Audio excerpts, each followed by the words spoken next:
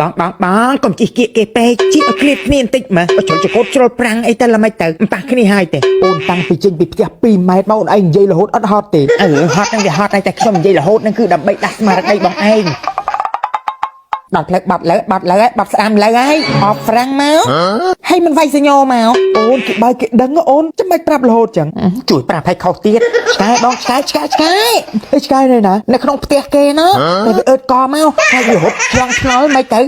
ឆ្កែនៅក្នុងផ្ទះសោះហ្នឹងការពារជាជាងព្យាបាលជាយឺតមកបានហើយណក់តាមកតុយឡើងខាងមុខហ្នឹងទៅកុំលឿនពេក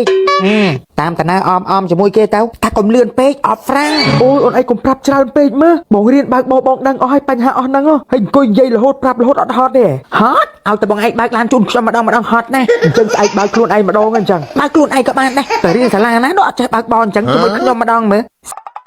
អុយបងឡានខាងមុខច្រើនណាធ្វើមិនទៅ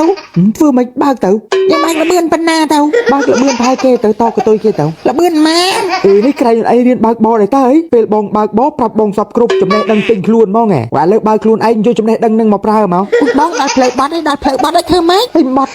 ទៅណាហើយផ្លូវបាត់ទៅណាទៅស្ដាំបាត់ទៅស្ដាំទៅឲ្យយកចកតប៉ុណ្ណាយកមកល្មមមកហើយថៃបានបាត់ហើយអត់សញ្ញោអញ្ចឹងផ្លេច